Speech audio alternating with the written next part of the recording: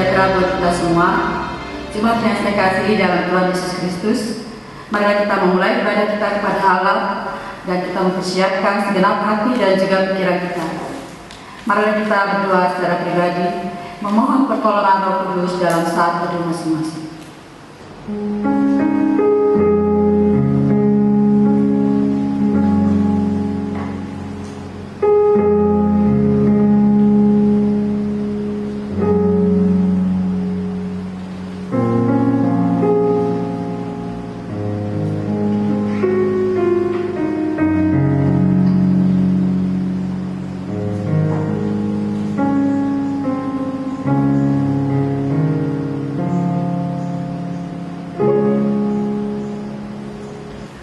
Marilah kita memuji Tuhan dengan riang dan bersukacita melalui dari nyanyian pujian rohani metodis nomor 22 ayat 1. Kami puji dengan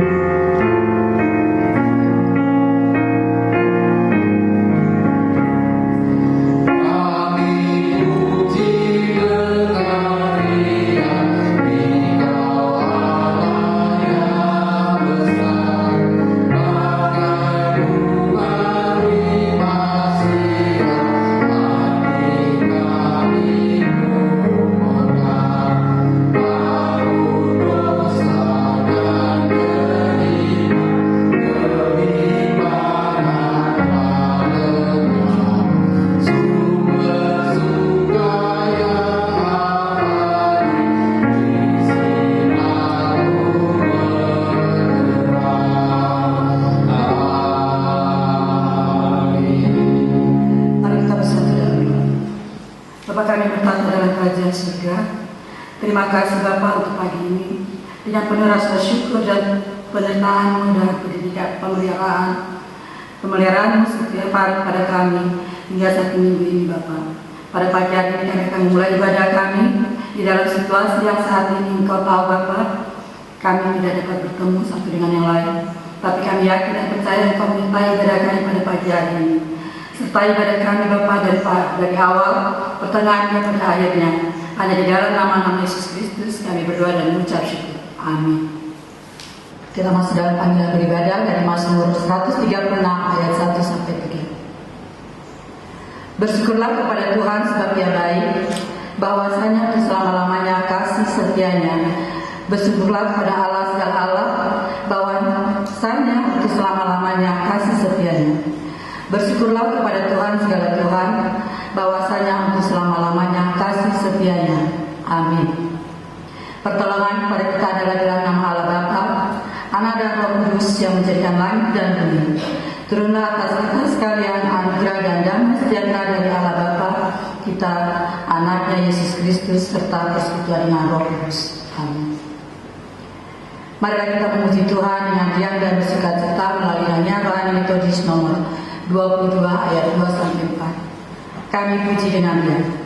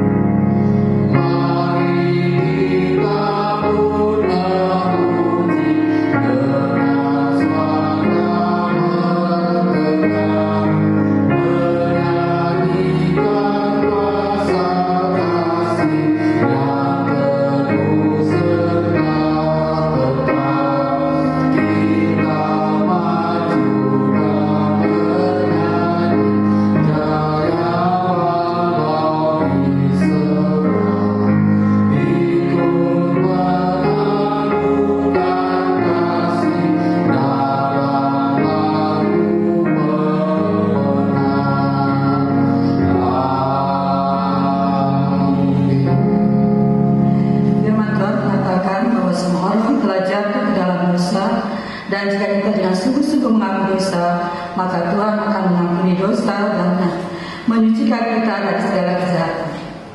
Untuk itu, marilah kita untuk bersama-sama mengucapkan doa pengakuan dosa serta seperti yang tertulis di dalam nabi kita. Marilah kita mulai. Kami telah bersalah dan lari dari jalan-jalan seperti domba yang hilang. Kami telah mengikuti kemauan nafsu kami. Kami telah melanggar perintah yang suci itu. Kami telah meninggalkan tugas-tugas kami yang telah selesaikan, yang seharusnya kami selesaikan, dan kami telah mengerjakan hal-hal yang seharusnya tidak kami kerjakan. Tetapi Engkau ya Tuhan, ampunilah kami, ampunkan juga mereka yang seperti kami. Berikanlah pengampunan kepada kami semua, demi kemuliaan nama-Mu. Amin. Marilah kita menunjukkan seluruh hidup kita di hadapan Tuhan di dalam saat yang teduh untuk merenungkan segala kebaikan dan anugerah Tuhan, dan marilah kita senantiasa menyerahkan seluruh hidup kita kepada Tuhan serta mengambil komitmen untuk selalu hidup dalam kehendak-Nya.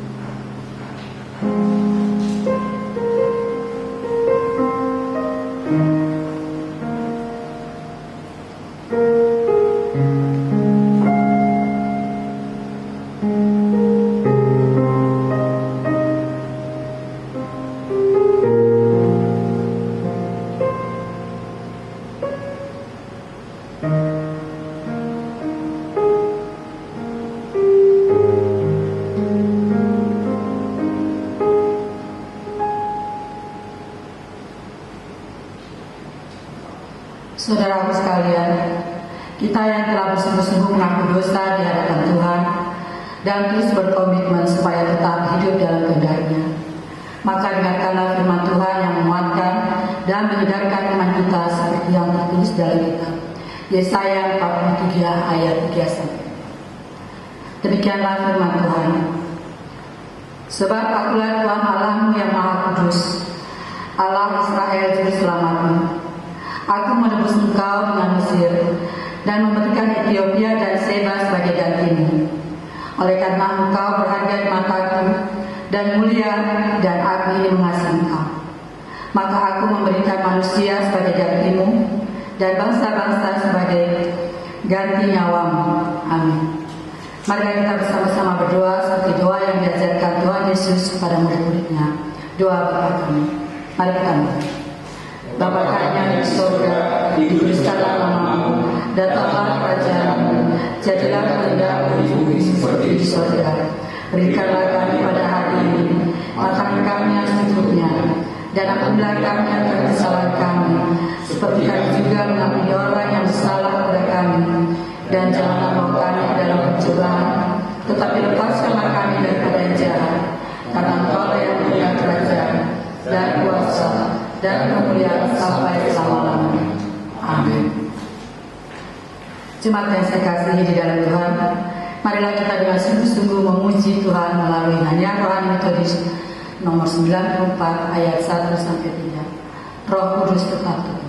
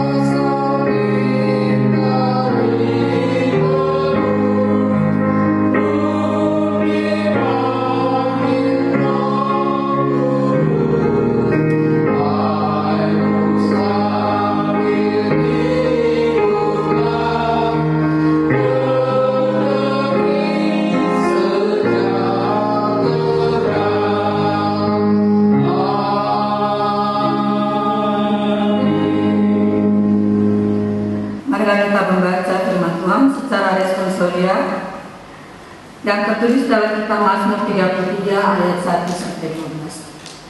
Saya akan membaca ayat yang pertama, jemaat ayat yang kedua, demikian seterusnya, dan pada ayat terakhir kita membacanya bersama-sama.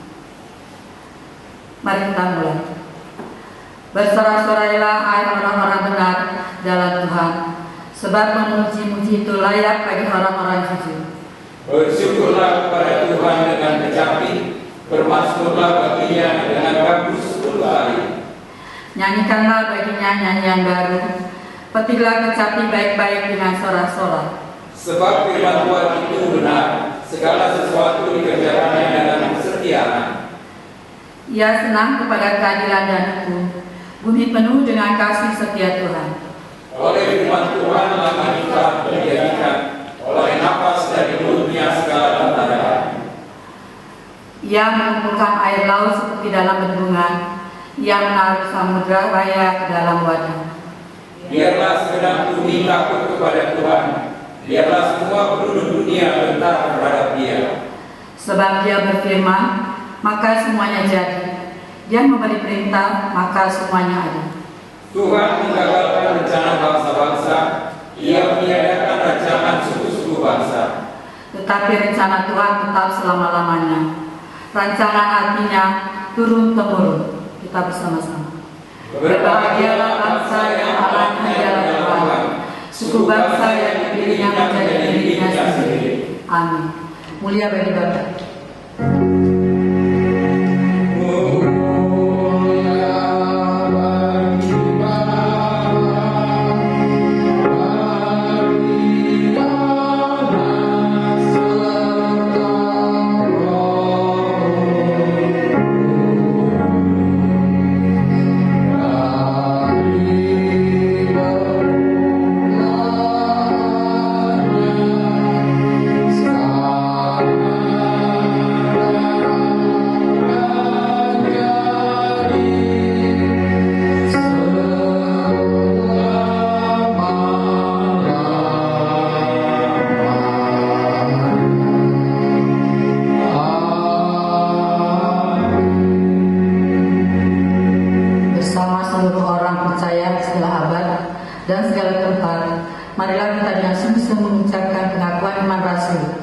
Mari kita mulai. Aku percaya kepada Allah, Bapa yang Maha Kuasa, Khalik langit dan bumi, dan kepada Yesus Kristus, Anaknya yang tunggal Tuhan kita, yang dikandung daripada Roh Kudus, lahir dari Maria Maria, yang menderita di bawah pemerintahan Pontius Pilatus, disalibkan, mati dan dikuburkan, pada hari yang ketiga, bangkit pula dari antara orang-orang mati, naik ke surga, duduk di sebelah kanan Allah, Bapa yang Maha Kuasa, dan akan datang dari sana untuk menghakimi orang yang hidup dan yang mati.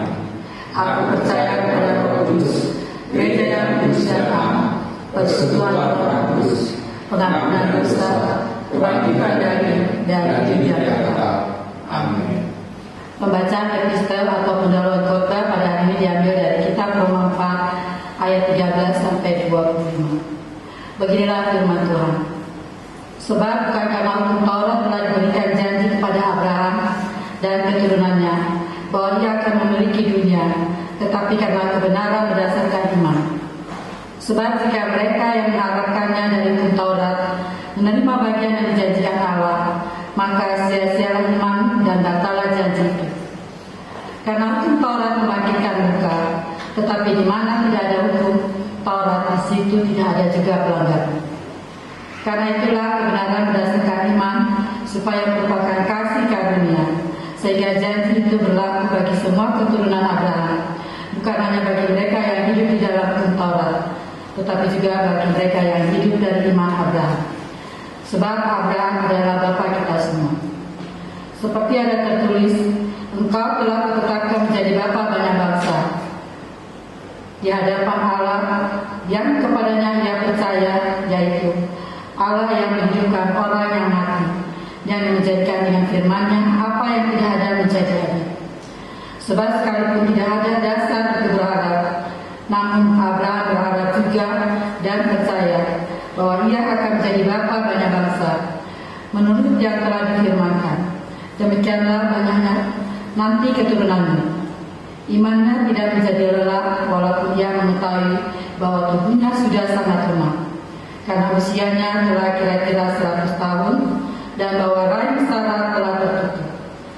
Tetapi terhadap janji Allah ia tidak bimbang karena ketidakpercayaan, malah ia diperkuat dalam imannya dan ia memuliakan Allah dengan penuh keyakinan bahwa Allah berkuasa untuk melaksanakan apa yang telah ia janjikan.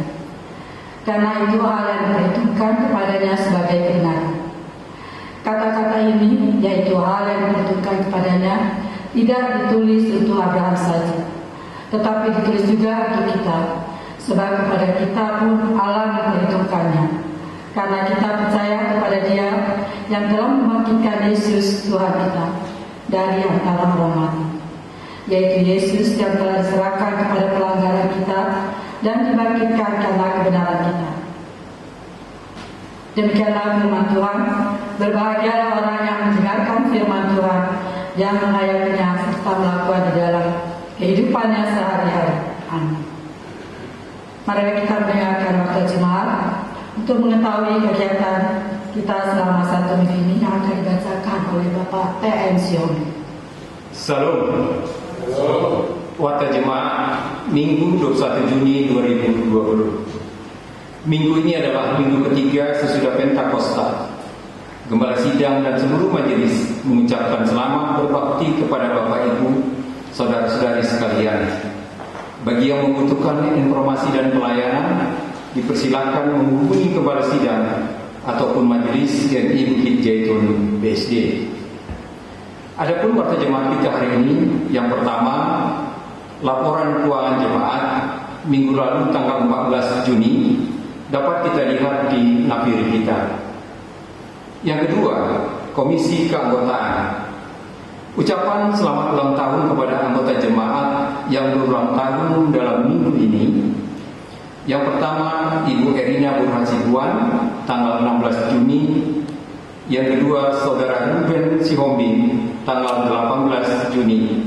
Gembala sidang majelis beserta seluruh jemaat mengucapkan selamat ulang tahun, sukacita selalu, karena panjang umur dan lanjut usia, serta sejahtera akan ditambahkannya kepadamu. Amsal 3 ayat 2. Ucapan selamat ulang tahun pernikahan kepada anggota jemaat dalam minggu ini, yaitu keluarga Bapak M. Ambarita, Ibu Rosdiana Simatupang, tanggal 16 Juni 2020.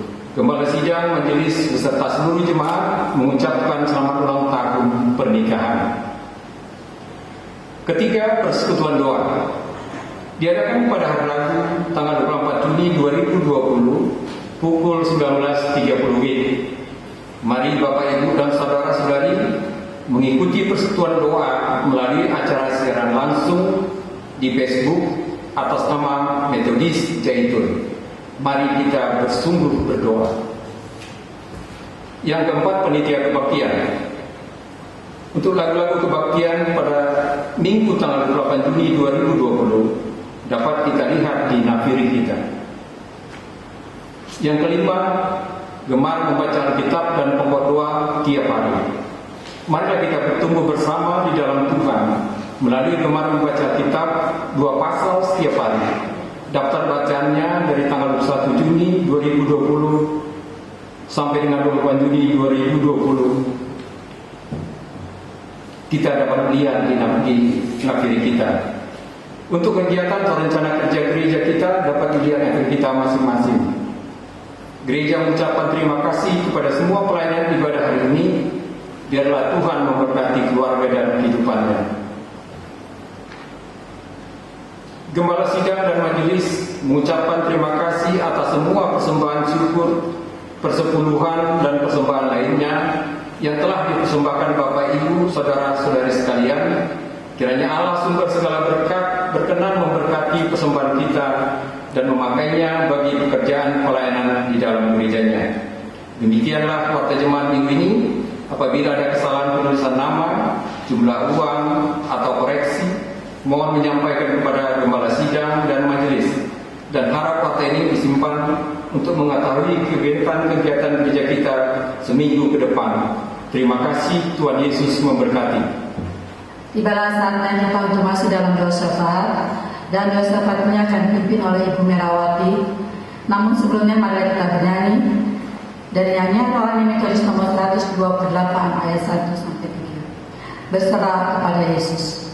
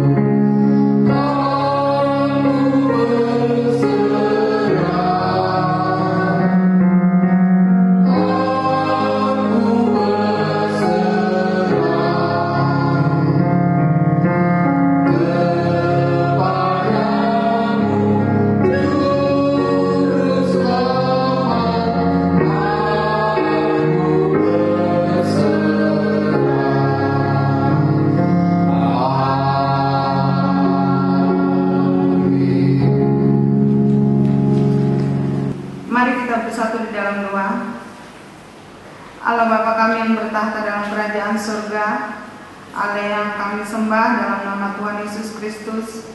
Saat ini Tuhan, kami jemaat-Mu datang kepadamu di dalam doa syafaat kami. Tapi sebelumnya kiranya Engkau Tuhan terlebih dulu mengampuni kami atas segala dosa-dosa kami, agar layak kami datang ke hadapan-Mu, layak pula menerima berkat-Mu. Tuhan yang baik, Kami mau berdoa untuk bangsa dan negara kami, Republik Indonesia. Tuhan, di mana dalam beberapa bulan ini kami mengalami wabah, yaitu wabah COVID-19. Kami mohon Tuhan, kiranya wabah ini segera berlalu. Kami rindu Tuhan beribadah kepadamu bersama semua jemaat di tempat ini. Kami mohon Tuhan, berikanlah setiap kami kesehatan yang baik. Tuhan, kami juga bawa dalam doa setiap pergumulan kami jemaat-Mu, baik itu kesehatan jemaat, ekonomi jemaat, usaha ataupun pekerjaan jemaat, bahkan pendidikan setiap anak-anak jemaat. Tolong Tuhan, Engkau campur tangan dan berikan kelancaran juga yang terbaik. Begitu juga pemulihan Tuhan setiap jemaat atau orang tua daripada setiap jemaat kami di tempat ini, seperti ibunda dari Bapak Rinaldo Tahayan, ibunda dari Ibu Pita Dolusaribu, Ibu Ave Hamanulang, ibunda dari Ibu Cipto Raharjo, ibunda dari Ibu Darmawati Napitupulu, ibunda dari Ibu Merawati Munte, ibunda Bapak Tehem Siombing, ibunda Bapak Erna Baban, Ibu Panggabean, ibunda dari Ibu Tiola Napitupulu, ibunda dari Ibu Susi Wilayanto, dan Ibu Susi Ulianto. Tuhan, Engkaulah tempat kami berseru dalam segala kehidupan kami. Berikanlah Tuhan orang tua kami ini kesehatan yang baik, agar ada sukacita di masa menjalani masa tua mereka. Tuhan Yesus, kami juga mau berdoa untuk jemaat yang berulang tahun dalam minggu ini, yaitu Ibu Erina Hasibuan, Saudara Ruben Sihombing. Terima kasih Tuhan untuk segala kebaikan-Mu, untuk umur yang Kau berikan kepada saudara kami ini. Kiranya Tuhan memberkati kehidupan mereka, baik itu sebagai ibu rumah tangga atau sebagai karyawan, dan Engkaulah ya Tuhan yang menjawab setiap harapan mereka. Terima kasih ya Tuhan.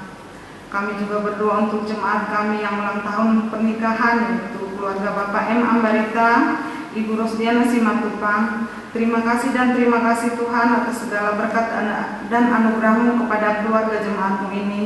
Kiranya tetap sehat, semangat, sukacita dalam pelayanan, sekalipun dalam menjalani masa-masa indah pensiun. Tuhanlah yang menjawab, mengabulkan apa yang menjadi kerinduannya saat ini. Terima kasih ya Tuhan Yesus. Di dalam doa syafaat kami ini juga Tuhan, kami bawakan jemaat kami, saudara kami yang merindukan keluarga, merindukan keturunan, yaitu keluarga dari Bapak Martinus Ambarita, Ibu Felicia Winda, keluarga Bapak Sri Kancarian, Ibu Marsepen Manalu. Tuhan, Engkau telah memberkati pernikahan kudus jemaat-Mu ini di rumah-Mu ini, dan di rumah-Mu ini juga selalu kami mohon kepadamu, kiranya Engkau menjawab, memberikan sukacita melalui kehadiran keturunan bagi keluarga jemaat-Mu ini, agar sukacita penuh melimpahi keluarga mereka. Terima kasih ya Tuhan, kami yakin dan percaya pada kuasa-Mu, karena kuasa-Mu sungguh besar bagi setiap kami yang mengandalkan dan sungguh-sungguh percaya kepadamu. Kami yakin dan percaya akan secepatnya kami mendengar kabar sukacita terhadap keluarga jemaat yang merindukan keturunan ini, bahwa mereka akan segera mempunyai keturunan. Terima kasih ya Tuhan Yesus, terima kasih ya Bapa. Inilah Tuhan seluruh doa syafaat kami ya Tuhan, dan masih jauh dari sempurna. Sempurnakanlah ya Tuhan, di dalam nama Tuhan Yesus Kristus kami berdoa, kami mengucap syukur, haleluya, amin. Dengan hati yang bersukacita, marilah kita mempersiapkan dan mempersembahkan persembahan syukur kita kepada Tuhan. Persepuluhan, persembahan minggu, ucapan syukur dapat dikirim melalui rekening bendahara gereja kita.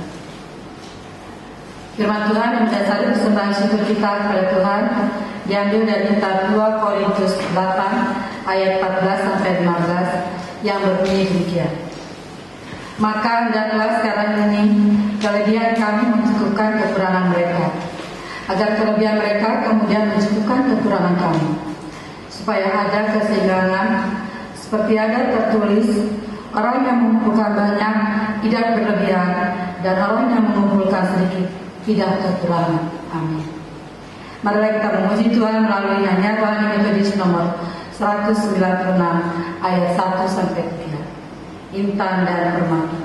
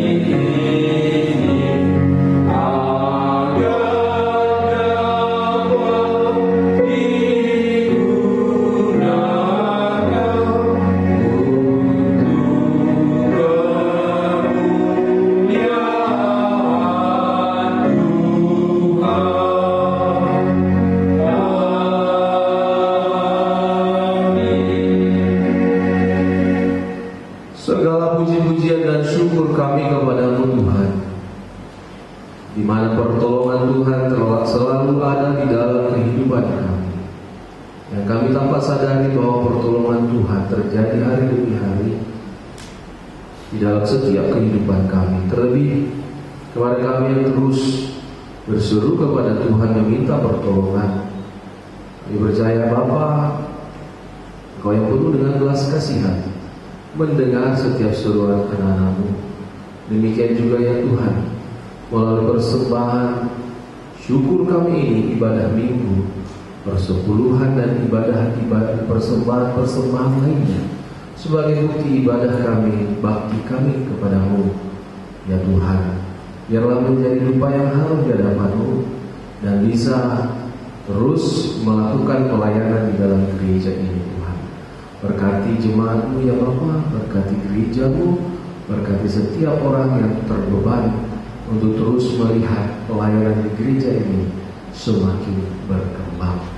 Terimalah persembahan ini ya Bapa, di dalam nama Tuhan Yesus kami berdoa, amin. Marilah kita mempersiapkan segenap hati, jiwa dan pikiran untuk mendengarkan sabdanya. Melalui firman yang akan disampaikan oleh hambanya, marilah kita menyanyi memuji Tuhan dengan pujian Dia Sanggup.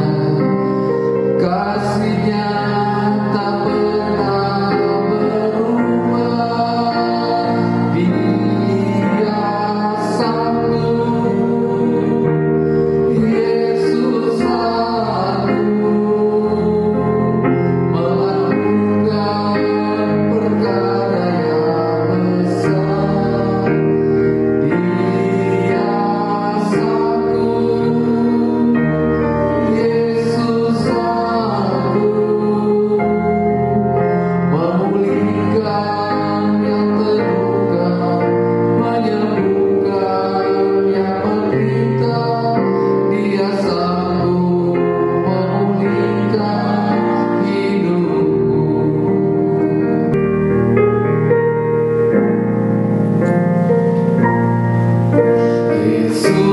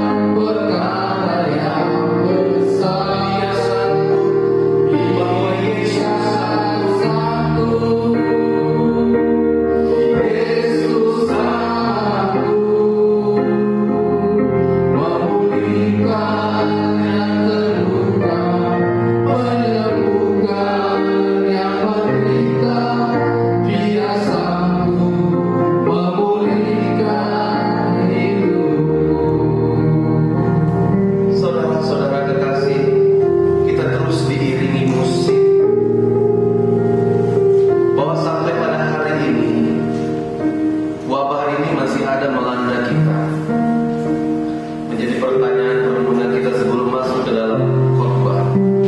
Apakah kasih Tuhan juga begitu sama melanda kita hari ini?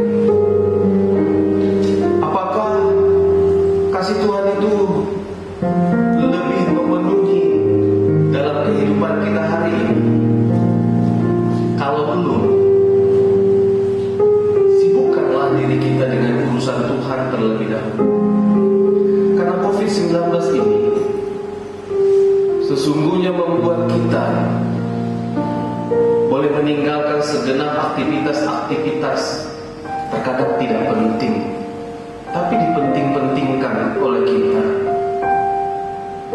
Maka lewat nyanyian ini, Yesus Ia sanggup melakukan perkara yang besar,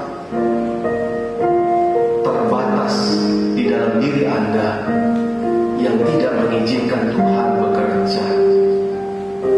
Apakah hari ini kita terpanggil untuk melihat perkara Tuhan yang besar di dalam hidup saudara?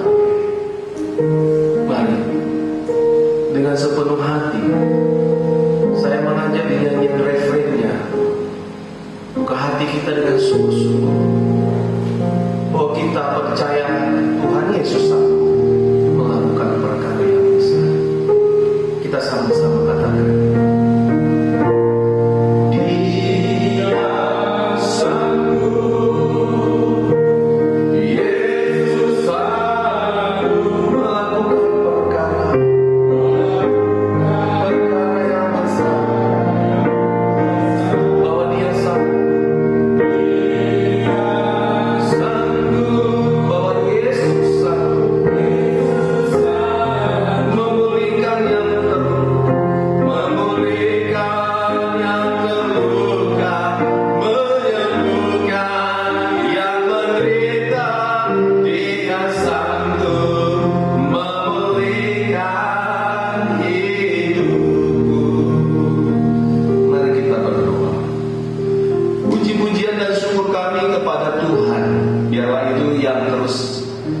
mengisi di dalam segenap waktu yang kami punya hari ini. Bapak, kami tahu nyanyian kami terkadang tidak seluruh seindah para penyanyi, terlebih lagi malam bernyanyi. Tetapi dengan hati yang sungguh yang kami punya hari ini, kami persembahkan di hadapan Tuhan. Kami bernyanyi dan berharap bahwa di dalam Tuhan kami tenang, aman. Sebab kami percaya bahwa Tuhan sudah memberikan berkat-berkat kelimpahan kepada kami. Kami boleh sadari hari ini ya Tuhan, kami ada untuk kemuliaan nama Tuhan.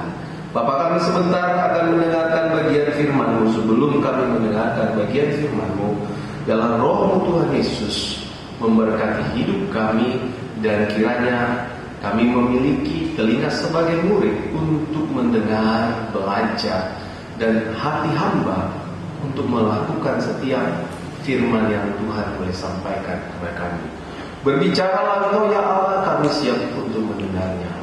Di dalam nama Tuhan Yesus kami berdoa. Amin.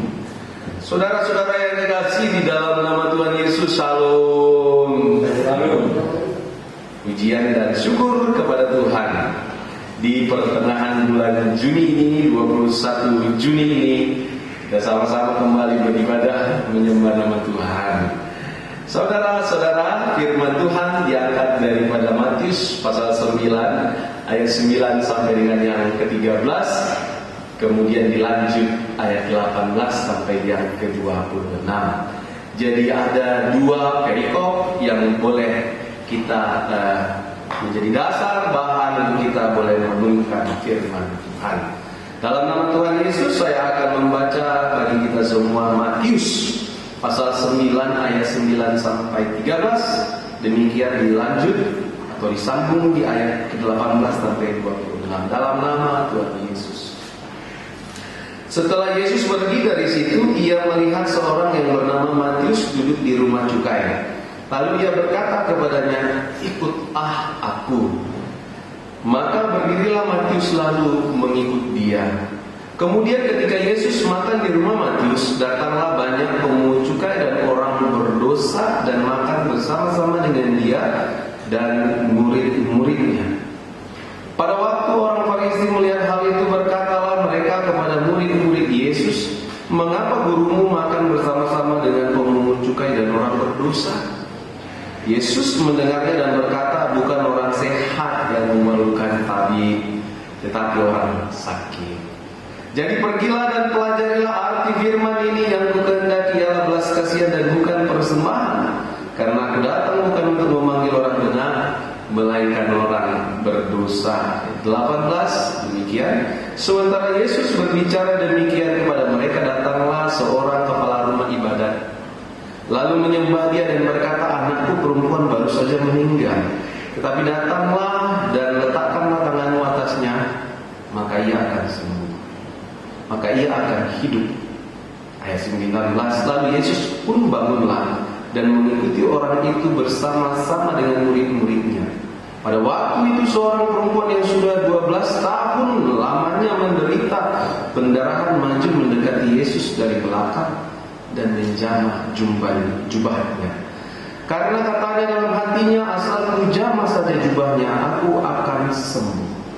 Tetapi Yesus berpaling dan memandang dia serta berkata, "Teguhkanlah hatimu, hai anakku, imanmu telah menyelamatkan engkau."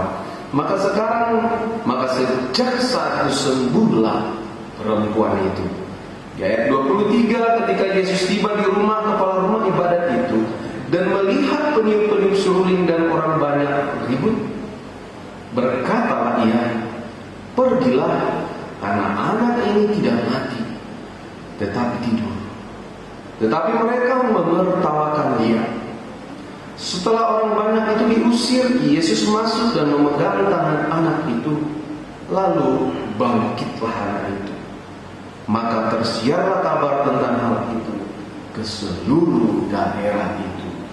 Sedemikian jauh membaca firman Tuhan yang boleh menjadi saudaraku dasar untuk kita mendengarkan firman Tuhan dengan tema pertobatanku, mu dan dia. Pertobatanku, mu dan dia. Karena ada 3 oknum yang kita boleh lihat melalui materi firman Tuhan pada minggu hari ini, saudara. Yaitu seorang yang bernama Matius, kemudian kepala rumah ibadat, dan kemudian ada perempuan yang sakit pendarahan selama 12 tahun. Maka temanya adalah tentang pertobatanku, mu dan dia.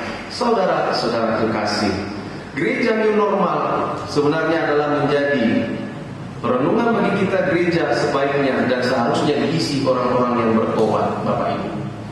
Jadi gereja ini, saudara, dibuat menjadi sebuah yang normal. Kenapa?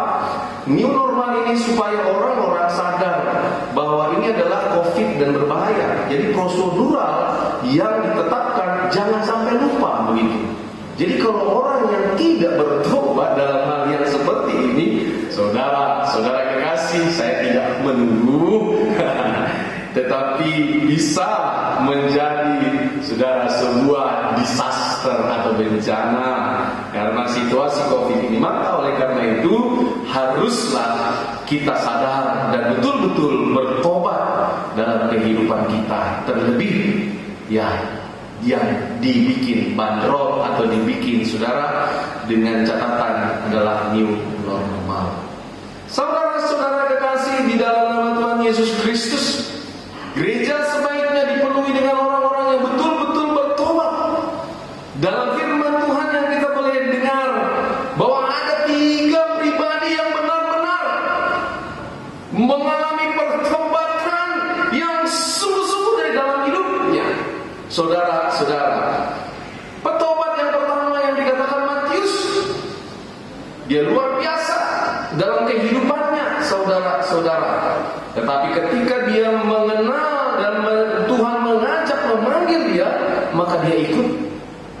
Kemudian yang kedua adalah seorang kepala rumah ibadat. Ia betul-betul mengalami sebuah pergumulan yang panjang, tetapi harus berhenti karena firman Tuhan katakan anaknya telah meninggal.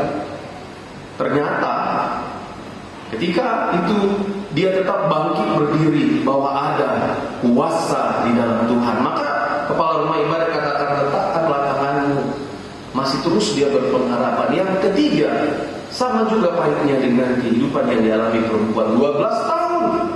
Dia sakit pendarahan, saudara. Dan 3 pribadi ini saya mau kasih tahu adalah pribadi yang kuat. Jadi pertobatan itu adalah saudara membuat kita menjadi kuat. Harus kuat.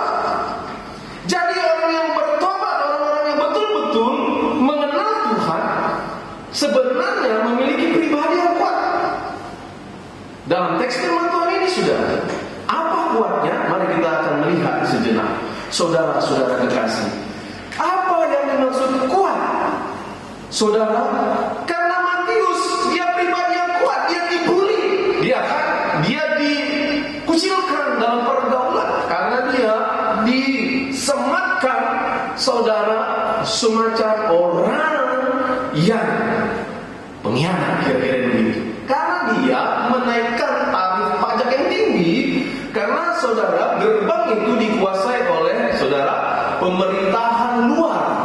Jadi bangsa itu saudara tidak bisa masuk dengan sebebas-bebasnya, harus melewati pungut cukai. Jadi mereka ada tax, ada harga yang ditetapkan ketika keluar masuk, yang secara khusus ketika membawa barang gitu ya, jual beli, saudara. Jadi dia memiliki, saudaraku, tokoh sentral di dalam, saudara, tentang ekonomi. Dan akhirnya mereka menjadi benci, kira-kira begitu, karena ada permainan-permainan yang dipakai oleh Matius. Maka Matius adalah pribadi yang tanda kutip dimarginalkan, dipinggirkan. Maka saudara-saudara, kalau orang yang gak kuat, bagaimana coba? Pasti dia gak akan mau. Ketika Tuhan panggil dia gak akan mau. Kenapa? Karena dia mungkin sudah terlalu sakit begitu ya. Tapi ini pribadi yang kuat. Matius tuh pribadi kuat. Jadi saya bilang, kalau orang yang bertobat, dia harus punya pribadi yang seperti ini kuat. Dibully, toksik ya. Anda tahu toksik? Itulah perkataan Farisi itu, toksik gitu. Jadi orang yang toksik, mulutnya itu toksik. Apa itu toksik? Itu semacam racun gitu ya. Jadi mematikan gitu. Tapi tak mematikan Matius. Amin. Kan sering kita kena toksik itu. Toksik kemarin ini kan air betul kena toksik. Nah, maka disuruh pakai masker. Jadi ketika kita pakai masker bukan karena kita lemah, karena kita kuat, kita sadar bahwa kita harus pakai toksik. Saudara kekasih, anak Tuhan, kalau kau kena semburan toksik, saudara belajar dari kitab Matius, belajar dari seorang pribadi Matius ini. Ya orang itu toksik, dia toksik. Kenapa kita mau menjadi toksik juga? Matius pribadi kuat. Betulkah saudara Anda tidak terpancing ketika orang lain sedang mentoksikkan diri saudara? Ini apa yang kita pelajari. Yang kedua adalah kepala rumah ibadat. Dia ini kuat sekali. Betul-betul kuat menurut saya. Karena tidak ada orang yang mampu menghadapi kematian seperti seorang kepala rumah ibadat ini, saudara. Karena kepala rumah ibadat ini dikatakan di ayat yang ke-18, anakku perempuan baru saja meninggal. Apa katanya? Tetapi datanglah dan letakkanlah tanganmu atasnya, maka ia akan hidup katanya. Bukankah ini menjadi tertawaan orang lain, menjadi bully rohani kepada kita, saudara? Bukankah ini juga terjadi dalam gereja begitu, kira-kira sok-sok kali, sok suci kok? Mana bisa begitu ya. Kalau tidak menjadi pribadi yang kuat, saudara, tidak akan terima mukjizat apapun dan tak akan terjadi mukjizat apapun dalam hidupnya. Maka perlu menjadi pribadi yang kuat untuk mencapai. Maka kalau orang yang bertobat itu sebenarnya harus melewati masa-masa fase-fase ini terlebih dahulu. Jadi ketika dia betul-betul orang bertobat, dia sudah benar-benar orang yang pribadi yang hebat. Ya kan Bapak Ibu? Maka kata Paulus katanya adalah janganlah menjadi bayi rohani yang mau disusui terus. Sekali-sekali makanlah makanan yang keras, batu gitu, kayu gitu, bukan Bapak Ibu dan saudara kekasih. Iya. Kemudian perempuan ini yang paling dahsyat. Perempuan ini fisiknya lemah. Saudara, menjumpai Yesus bukan perkara mudah karena Yesus pribadi yang bergerak. Dan dia pribadi yang lemah, 12 tahun pendarahan. Kita Lukas sedikit aja kena pisau saudara, teriaknya 25 menit, kira-kira begitu, 25 menit setengah. Dan cari ini akhirnya menyalahkan tahapan anaknya ribut kali. Tak mau masak ribut begitu ya. Saudara, ini perempuan kuat banget, 12 tahun pendarahan, cari Yesus. Ada banyak orang hari ini ya, langsung tinggalkan Yesus, betul? Cari yang lain biar cepat sembuh. Bertobatlah saudara kekasih. Kayak gini, ia di dalam gereja, runtuh gereja saudara. Gereja itu hanya gedung saja. Banyak saudaraku, akhirnya Tuhan Yesus seperti firman khotbah minggu lalu, "Kenyalah sekalian membuat kejahatan, aku tidak mengenal engkau." Soalnya menjadi catatan bagi kita hari ini. Pribadinya harus menjadi kuat. 12 tahun, siapa yang sanggup? Saya sampai hari ini ketika melihat selendang istri ketika masuk ke ruang operasi, ketika dia mau melahirkan, dia kan harus dioperasi gitu. Itu ketika sampai hari ini saya lihat saudara kain sarung itu, saya takutan gitu. Sampai hari ini, padahal yang darah itu yang keluar bukan darah saya, darah dia ya. Tapi ketika tidur malam gitu, saya lihat dipakai oleh anak, nggak mau saya sentuh. Takut begitu. Saudara, kuat? Anda kuat? Saudara, katakan pada diri Anda kan cengeng sudah kekasih, kena sikit aja Anda luka, marah sudah kekasih, betul? Anda teriak-teriak sana sini, iya, saudara. Menjadi pribadi yang kuat, inilah yang perlu dilihat dalam pribadi perempuan ini. 12 tahun pendarahan dia terus, saudara. Ketika ditolak dikit kan, apalagi kerja lamaran ya kan, ada berapa banyak amplop di dalam rumah Anda memberi lamaran kerja, saudara. Ada berapa tahun Anda alami itu? Dan ada berapa banyak perempuan Anda ketika Anda lamar dia tidak mau dengan saudara. Ada berapa banyak perempuan yang menolak saudara. Ada berapa banyak juga orang yang patah hati.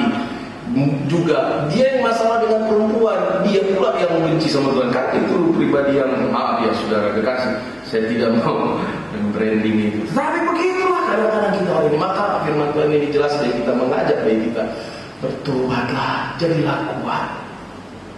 Step ini yang paling penting, jadilah pribadi yang kuat. Covid ini melatih kita menjadi pribadi yang kuat, saudara. Amin. Dan saya akan masuk lanjut. Jangan menjadi gembel rohani, saudara kekasih. Untuk menjadi kuat, yang pertama adalah harus menerima keadaan. Nah, ini saudara. Seringkali kan menjadi gembel rohani, saudara. Sorry sekali saya harus melabelkan ini, saudara. Jangan menjadi hina di hadapan manusia. Kalau keadaan kita hari ini, terima aja. Kenapa? Apa yang membuat kita nyaman? Apa yang membuat kita tenang adalah melainkan diri kita yang menerima keadaan hari ini. Saudara kekasih, Matius itu orang yang memang disingkirkan. It's fine, ya betul, baiklah, gak apa-apa. Tetapi dia tidak lantas menyalahkan keadaannya, saudara. Tetapi dia tidak lantas, saudara kekasih, menolak ketika Tuhan memanggil dia menjadi satu, saudaraku, persekutuan dengan orang-orang lainnya. Ini yang menjadi catatan kenapa dikatakan ada pemungut cukai dan orang-orang berdosa lainnya. Di sini mau menyampaikan kepada kita, jangan-jangan dia hanya Kristen, tetapi tidak. Ternyata Matius bukan manusia yang Kristen. Saya kasih tahu banyak orang manusia Kristen karena dia betul katanya bertobat, tapi nonsense, saudaraku. Kenapa, saudara? Karena manusia yang dikatakan Matius ini, saudara, dia makan bersama dengan pemungut cukai, bahkan kata Alkitab dengan orang berdosa lainnya. Artinya, saudara, dia tidak menjadi sebuah kasta rohani, tapi ketika dia diterima oleh Yesus, dia juga menerima orang lain apa adanya. Betul? Seringkali, saudaraku, ini yang menjadi persoalan di dalam gereja. Ketika berurusan dengan pribadi lainnya, saudara, kita akan menjadi steril diri kita sendiri. No, Yesus tidak mensterilkan dirinya. Dia menjadi sama dengan orang yang berdosa lainnya. Maka Farisi selalu bilang toksiknya. Apa toksik Farisi? Dibilangnya, lihatlah, Tuhan Yesus itu makan dengan pemungut berdosa lainnya. Sudah kasih. Kalau ada Yesus dalam diri saudara, jadi pribadi yang seperti Matius ini contohnya, dia akan juga merangkul orang lain. Namanya orang berdosa berkumpul ya. Pernah nggak orang berdosa mengumpul? Apa yang dibincangkan, apa yang dikatakannya? Kan nggak enak kadang-kadang. Lebih enak berkumpul dengan orang-orang yang bertobat dengan segereja. Pasti enak gitu ya. Berbeda, saudara kasih. Tapi saya tidak tahu apakah ada perbedaan hari ini, saudara, antara anak Tuhan berkumpul dengan orang-orang yang berdosa lainnya, saudara. Tanpa kita sadari, kita ini adalah pribadi yang menolak keadaan. Jadi nonton TV kan, COVID lagi, diambilnya TV itu dibawa keluar pecakannya. COVID mulu. Mungkin saya juga itu ya. Mungkin saya juga seperti itu, kadang-kadang kesal gitu dengan keadaan. Mungkin terjadi juga bagi saya. Maka saya harus menerima keadaan juga. Keadaan. Kalau misalnya anak kita bermasalah atau orang tua kita, ya itu yang paling harus step yang awal untuk menjadi pribadi kuat. Terima keadaan. Istri saya ini waktu dulu misalnya ya, bukan istri saya, kalau istri saya baik-baik, luar dalam baik Bapak Ibu. Misalnya istri kita ini dulu waktu pacaran, begitu indah, begitu menikah, waduh, rewelnya 24 jam setengah ya. Kalau tidur aja dia tidak rewel. Nah, saudaraku, ini maksud saya adalah terimalah dulu keadaan. Ya udah, terima dulu. Inilah dulu memang harus kita hadapi. Saudara-saudara kekasih, harus terima keadaan. Ada sebuah ilustrasi di dalam video singkat. Jadi ada seorang single parent, perempuan, ibu-ibu, dia single parent. Jadi punya 2 anak. Jadi anaknya ini selalu terlambat ke sekolah. Setiap kali terlambat, dia dihukum sama gurunya. Dan gurunya tiap hari makin marah. Karena anak ini tidak pernah tidak terlambat setiap hari. Jadi gurunya semakin marah. Dan tangannya bengkak gitu ya, akan dipukul, dihukum sama gurunya. Jadi anak ini bilang sama mamanya, "Ma, kasih tahu dong Ma, masa aku harus dipukul terus? Gak apa-apa. Kalau kamu disuruh rentangkan tanganmu untuk dihukum dengan keadaan kita, ya rentangkan tanganmu." Jadi dipukul. Sampai suatu saat guru ini mungkin ingin mengetahui kenapa anak ini terlambat terus dan tidak pernah kapok-kapoknya. Dan anaknya nggak pernah kapok-kapok gitu ya. Dipukul dan dia tidak merasa menangis, sakit atau gitu gimana gitu. Ternyata guru ini ingin tahu. Jadi dilacaknya lah di mana si anak ini tinggal. Rupanya si anak yang sering terlambat ini hanya mempunyai 1 baju sekolah dengan adiknya. Jadi harus berganti. Jadi tunggu dulu adiknya pulang sekolah baru diganti bajunya.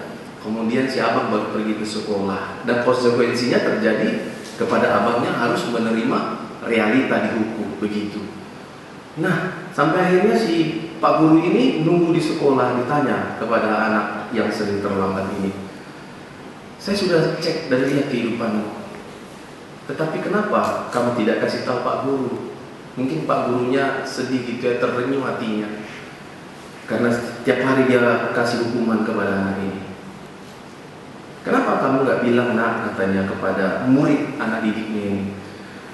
Tetapi si anak ini bilang, "Mama ajarkan harus menerima keadaan," katanya. Harus menerima keadaan, katanya. Ya memang keadaan kami begini, nggak perlu disesali. Ya keadaan kami harus seperti ini. Tidak perlu menjadi gembel-gembel rohani. Tetaplah menjadi seperti ini Tuhan buat, seperti inilah yang harus saya jalani, katanya. Saudara-saudara kekasih, ini tingkat rohani yang mantap menurut saya, saudara. Ini ajaran yang betul-betul baik dan benar-benar, saudaraku, menjadikan anak ini menurut saya pribadi yang kuat. Pribadi yang kuat, pribadi yang menerima keadaan.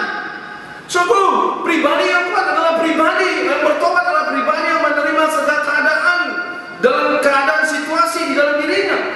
Dia hidup di dalam dunia hitam, tapi dia tidak menjadi hitam. Dia hidup di banyak warna-warna pilihan, tapi dia tetap di dalam warnanya, yaitu dengan keadaannya hari ini. Dia tidak tergiur untuk melakukan apapun. Itulah pribadi yang kuat. Saudara-saudara kekasih, orang Farisi itu yang berkata apa, tetapi Tuhan berkata apa, kan begitu ya. Orang lain bilang berkata apa, tapi Tuhan berkata apa dalam dirimu. Kan tidak ada yang tahu, hanya Yesus yang tahu tentang pergumulanmu. bagimu ketika kau menerima keadaan, saudaraku, engkau ditempa menjadi pribadi yang kuat, pribadi yang terus di dalamnya ada Tuhan yang diam. Saudara-saudara kekasih, Yesus yang tahu pribadi kita hari ini, hanya Yesus yang tahu keadaan perempuan itu. Hanya yang kematian anak yang tahu pedihnya dirinya, saudaraku. Hanya kepala rumah ibadat yang tahu pedihnya dirinya. Tapi orang lain kan tak mau tahu. Anda baca dalam teks firman Tuhan ini, orang tertawa. Menertawakan siapa? Bahkan Yesus pun ditertawakannya, saudara. Ayat 24, Yesus berkata apa? Berkatalah ia, pergilah karena anak ini tidak mati tetapi tidur. Kan hanya perempuan yang 12 tahun pendarahan yang tahu sakitnya. Betul, saudara? Hanya Anda tuh yang tahu sakitnya hidup ini. Hanya Yesuslah yang tahu tentang sakitnya hidup. Maka saya katakan, welcome to paradise. Selamat datang kepada surga. Orang yang seperti pribadi-pribadi yang diceritakan Alkitab ini, saudara, sudah ada tim penyambut di surga bagi dia. Haleluya, saudara. Amin. Haleluya, saudara. Sudah ada tim atau apa namanya itu, karangan bunga untuk menyambut orang-orang yang seperti ini. Maka surga itu tidak jauh. Maka gereja itu enak amat. Karena orang yang seperti ini mengisi dalam gereja. Haleluya, saudara. Saya pasti akan mengalami surga setiap hari. Orang yang seperti ini mengisi di dalam rumah tangga. Orang yang seperti ini menjadi bapak. Waduh, enaknya. Ibu perempuan yang 12 tahun ini, ya, kalau itu menjadi istri atau ibu di dalam rumah, surga betul. Seperti Matius. Ya, kalau orang yang seperti ini dia kerja gitu ya, pasti di dalam rumahnya surga, betul? Surga betul. Apalagi kepala rumah ibadat, mungkin menunjuk kepada saya gitu ya.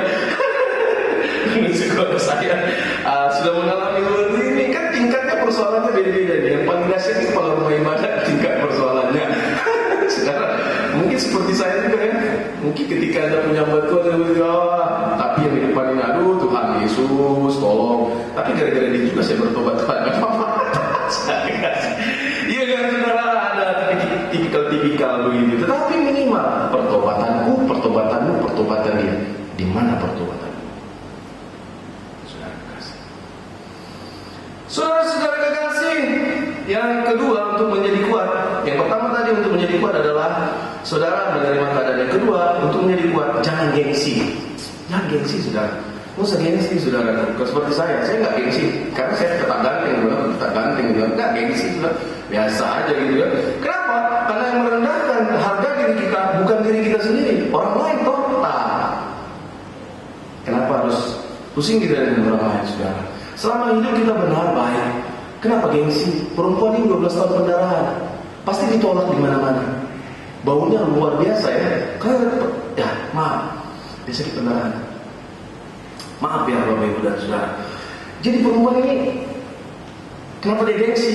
Dia kan mau sembuh. Kamu mau gengsi dia? Cari aja Yesus. Nggak usah segengsi-gengsi, saudara.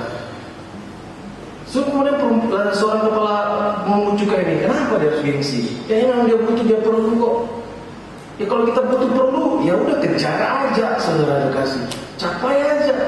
Karena orang yang gengsi itu, saudaraku, adalah orang yang maaf ya, adalah kadang-kadang orang yang hedon. Apa hedon? Hanya mau foya-foya saja.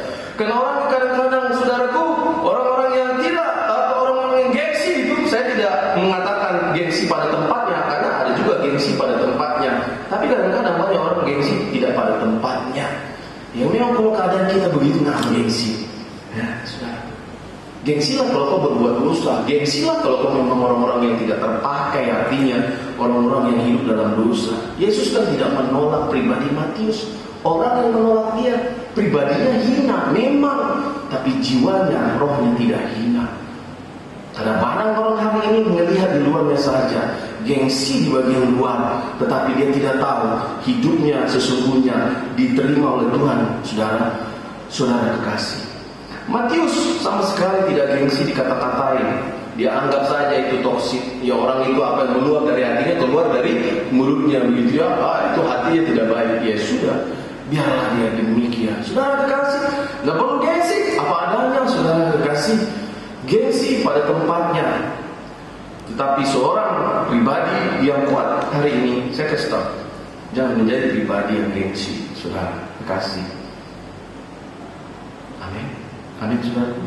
Jangan menjadi pribadi yang gengsi, saudara.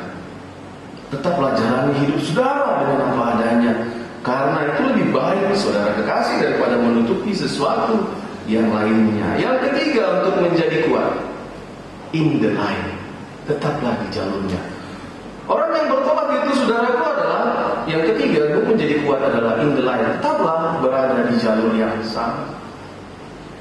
Hari ini oke, besok oleng, jangan saudara ngerti. Sudah oleng kapten katanya, saudara jangan saudara, tetaplah menjadi tetap di jalur yang sama. Karena perempuan ini tetapnya membuat jalur yang sama. Dia terus cari Yesus, dia terus cari Yesus, dia terus cari Yesus sampai 12 tahun, terus cari Yesus, terus dia cari Yesus, terus dia cari Yesus sampai akhirnya dia terima kesembuhan. Apa kata Tuhan kepada dia? Ya, Tuhan Yesus berkata kepada perempuan itu, saudara yang sakit pendarahan itu, katanya, teguhkanlah hatimu. Ayat 22, hai anakku, imanmu telah menyelamatkan engkau. Saudara-saudara kekasih, orang ini menciptakan jalurnya, yaitu terus menerus ketika dia berharap. Teruslah berharap. Sampai kapan? Sampai Tuhan berkata, hai anakku, imanmu telah menyelamatkan engkau. Teruslah lakukan seperti seorang kepala rumah ibadat ini sampai dia terima Yesus, dia terima sukacita, dia terima. Jangan berhenti berdoa, jangan pernah berhenti berharap. Terus lakukan.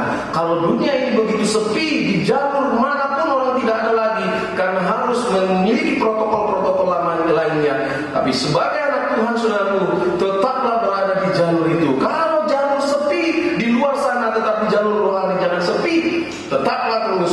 Kalau jalur kita hari ini jalur masuk, uang masuk itu sepi, tetapi jangan pula lantas doamu menjadi sepi. Amin. Amin saudaraku. Lalu lintas keuangan bisa saja sepi, tetapi lalu lintas rohani jangan jadi sepi. Terus lakukan. Hari ini saudara kekasih, bisa saja tidak ada jawaban. Hari ini bisa saja sepertinya, saudaraku, tidak ada hal yang membuat kita menjadi bersemangat. Tetapi perempuan ini, lihatlah, 12 tahun dengan pendarahannya. Kalau di kitab lain lebih tragis lagi diceritakan, di kitab Lukas contohnya perempuan ini. Saudara-saudara kekasih, setragis itukah Tuhan biarkan kita menjalani hidup ini? Tetapi saya percaya bukan. Tuhan mau katakan, tetaplah berada di jalur sampai saatnya engkau diberkati oleh Tuhan. Sampai kau lupa, oh dulu susah ya. Sampai kau lupa, wah, panas setahun dihapus dengan hujan satu hari. Saudara-saudara kekasih, berkat Tuhan membuat kita akan menjadi kuat. Kalau 3 hal ini saudara, minimal yang saya boleh sampaikan.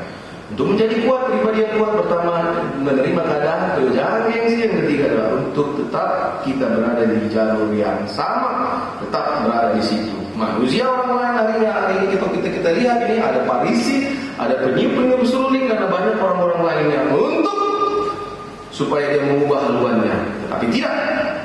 Dia terus maju, dan dia terima berkat. Amin. Terpujilah nama Tuhan Yesus Kristus. Kita satu dalam doa.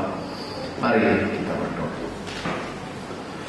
Bapa dalam sorga, terima kasih untuk berkat-Mu dan pertolongan-Mu kepada kami pada minggu hari ini Tuhan, tanggal 21 Juni ini. Terima kasih buat pertolongan-Mu. Terima kasih buat sapaan lawatan firman-Mu, menjadi kekuatan kepada kami yang hari-hari ini menjalani kehidupan kami di tengah-tengah pandemi COVID ini Tuhan. Kami percaya bahwa hari-hari ini pun kasih Tuhan selalu menyertai kami. Biarlah COVID ini melanda kami, tapi kasih Tuhan lebih jauh, lebih besar lagi melanda kami. Dalam nama Yesus Tuhan, kami berdoa dan bersyukur. Amin. Mari saudara-saudara kekasih, di dalam nama Tuhan kita akan sering memuliakan nama Tuhan, kita nyanyikan 2 kali, kemudian di refnya kita kembali nyanyikan di nyanyian ini, hidup ini adalah kesempatan. Saudara-saudara kekasihku yang mengikuti ibadah online ini, tetaplah berada di jalur yang sama. Mungkin ada hal-hal yang kebosanan atau hal-hal yang tidak biasa. Memang sudah lama kita beribadah, nampaknya tidak ada perubahan apapun. Tapi kita tidak mengacu kepada sebuah perubahan, tapi kita mau mengacu kepada tetaplah untuk menyembah Tuhan. Mungkin hari ini juga keadaan kita tidak berubah sedikit pun. Sudah banyak berdoa, Pak. Sudah banyak berdoa, Bu. Sudah banyak berdoa ini, opung, nenek, kakek, kita semua. Tapi tak ada apa-apa pun. Setelah kita mendengar bagian firman Tuhan ini, saudara, tetaplah, apapun yang boleh terjadi hari ini, hidup ini kesempatan untuk terus membaktikan diri kepada Tuhan. Hari saudara kekasih, dengan sepenuh hati, kerahkanlah seluruh perhatian bahwa hidup ini adalah kesempatan. Mari kita berdoa.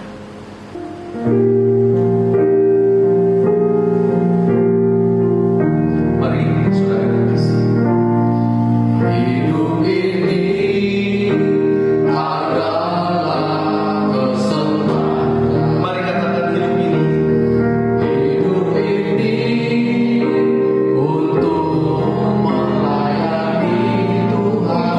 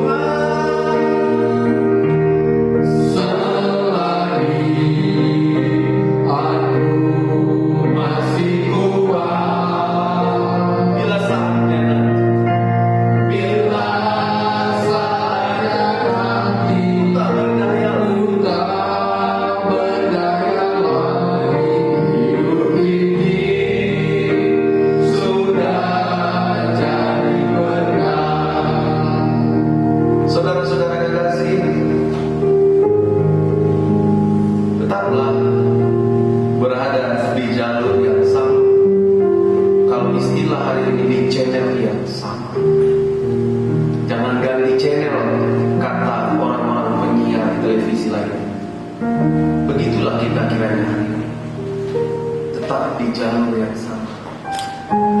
Saudara-saudara kekasih, karena orang-orang yang seperti ini adalah orang-orang yang kuat mempertahankan keadaan seperti penuh dengan berkat.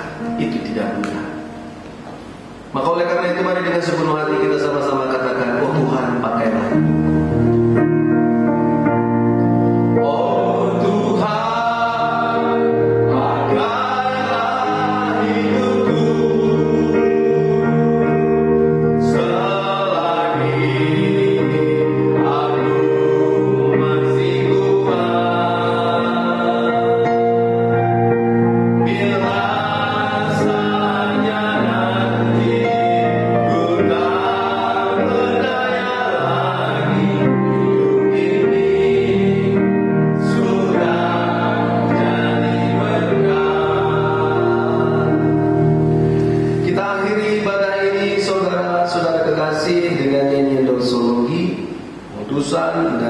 menerima berkat dan kita aminkan. Oleh karena itu ketika kita mendengarkan firman Tuhan ini, seruan Tuhan Yesus, ikutlah aku, janganlah keraskan hati, ikutlah Dia. Doksologi kepada Allah. Berpuji.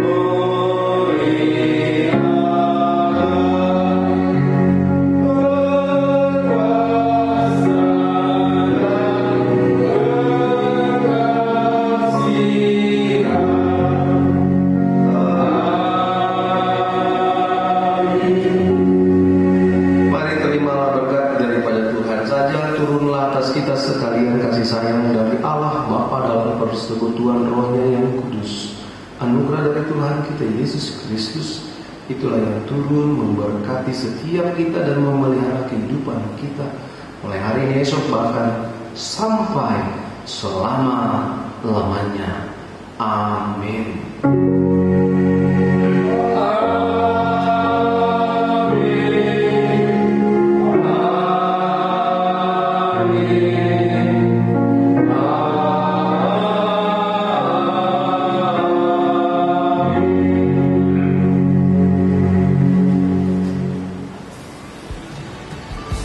Pujian dan syukur kepada Tuhan kita Yesus Kristus yang sudah memberkati seluruh rangkaian ibadah kita pada hari ini. Juga berterima kasih kepada Bapak Ibu Majelis yang malah melayani pada minggu hari ini. Begitu juga kita semua yang beribadah bersama di channel ini. Kiranya kasih anugerah Tuhan menyertai memberkati setiap kita. Selamat hari Minggu, Tuhan Yesus memberkati. Shalom.